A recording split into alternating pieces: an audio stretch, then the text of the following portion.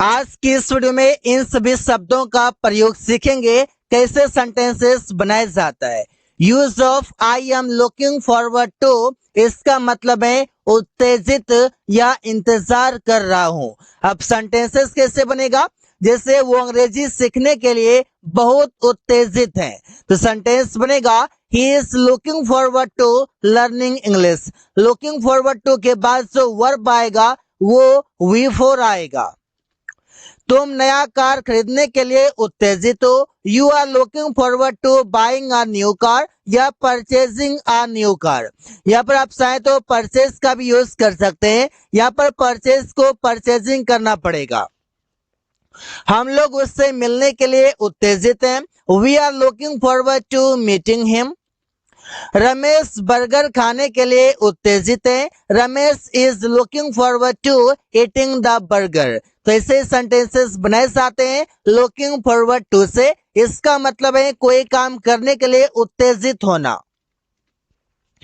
I am accustomed to, इसका मतलब है लत है, कोई भी चीजों का आदि है। जिसे सेंटेंस बनाते हैं प्रिया को टीवी देखने का लत है, मतलब वो प्रिया प्रिया टीवी देखने का आदि है। तो सेंटेंस बनेगा Priya is accustomed to watching TV. इसके बाद जो वर्ब आएगा यहाँ भी वी फोर आएगा, मतलब जेरंड फॉर्म आएगा। रमेश को गेम खेलने का लत है, Ramesh is accustomed to playing the game. मुझे मोबाइल चलाने का लत है, I am accustomed to using a phone. उसे शराब पीने का लत है या आदि है, he is accustomed to drinking wine. He is accustomed to drinking wine, उसे शराब पीने का लत है। कोई भी काम करने का लत है, ऐसा आप सेंटेंसेस बना सकते हैं अकस्टम्ड टू से। आई एम अकाउंटेबल टू, इसका मतलब है जिम्मेदार हूं, किसी भी काम का जिम्मेदार हूं, किसी भी चीजों का जिम्मेदार हूं। रमेश उसके मृत्यु के लिए जिम्मेदार है, तो सेंटेंस बनेगा Ramesh is accountable to his death. Accountable means जिम्मेदार होना, Ramesh is accountable to his death मतलब उसके मृत्यु। तुम लोग उस बाइक का जिम्मेदार हो, you are accountable to that bike. That bike means उस बाइक। मैं इस काम के लिए जिम्मेदार हूं, I am accountable to this work. किसी भी काम का जिम्मेदार होना अकाउंटेबल टू से बना सकते हैं। वे लोग इस दुर्घटना के लिए जिम्मेदार हैं, they are accountable to this accident. They are accountable to this accident, वे लोग इस दुर्घटना के लिए जिम्मेदार हैं। आई एम बाउंड टू, इसका मतलब है निश्चित है, निश्चित है मतलब बाउंड से बनाते हैं। जैसे मेरा वहां जाना निश्चित है, I am bound to go there. I am bound to go there, मेरा वहां जाना निश्चित है। रवि का अंग्रेजी सीखना निश्चित है, Ravi is bound to learn English. तो यहाँ पर बाउंड टू के बाद जो वर्ब आएगा यहाँ पर वी वन आएगा। इससे पहले आप ऐसे मार्क का यूज कर सकते हैं सब्जेक्ट के अकॉर्डिंग। उसका शादी करना निश्चित है, he is bound to marry. He is bound to marry, उसका शादी करना निश्चित है। मेरा वहां समय पर पहुंचना निश्चित है, I am bound to reach there on time. I am bound to reach there on time, मेरा वहां समय पर पहुंचना निश्चित है। तो ऐसे ही सेंटेंसेस कई सारे बना सकते हैं बाउंड टू की मदद से। आई एम क्यूरियस टू, इसका मतलब है उत्सुक हूं, उत्सुक हूं मतलब क्यूरियस टू का प्रयोग करते हैं। मैं आज उससे मिलने के लिए उत्सुक हूं, तो सेंटेंस बनेगा I am curious to meet him today. यहाँ पर क्यूरियस टू के बाद जो वर्ब आएगा वो वी वन आएगा, जिसे यहाँ पर आप मीट देख सकते हैं। वो अंग्रेजी बोलना सीखने के लिए उत्सुक है, तो सेंटेंस बनेगा he is curious to learn to speak English.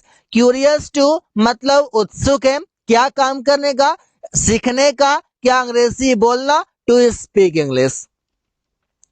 Ravi car खरीदने के लिए उत्सुक है, Ravi is curious to purchase a car. Curious to purchase a car. Priya bus से जाने के लिए उत्सुक है। Priya is curious to go by bus. तो ऐसे सेंटेंसेस बनाए जाते हैं क्यूरियस टू की मदद से। इट इज अनफेयर टू, इसका मतलब है अनुचित है, मतलब उचित नहीं है। जानवरों का मारना अनुचित था। It was unfair to kill an animal. पेड़ काटना अनुचित है। It is unfair to cut the tree. अपने दोस्त को इग्नोर करना अनुचित है।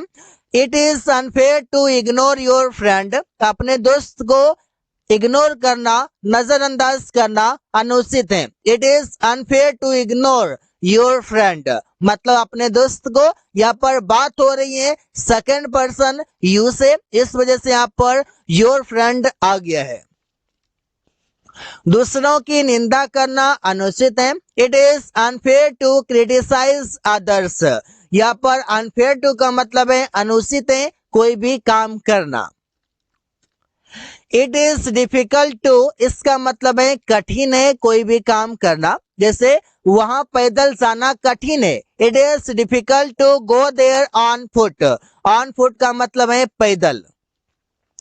अब समय पर पहुंचना कठिन है। It is difficult to reach on time now. यहाँ पर आप चाहे तो नाउ को बाद में भी यूज कर सकते हैं, चाहे तो पहले भी यूज कर सकते हैं।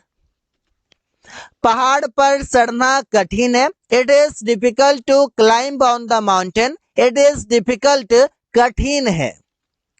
इस कुर्सी को तोड़ना कठिन है। It is difficult to break this chair. Break means तोड़ना, दिस चेयर मीन्स इस कुर्सी को।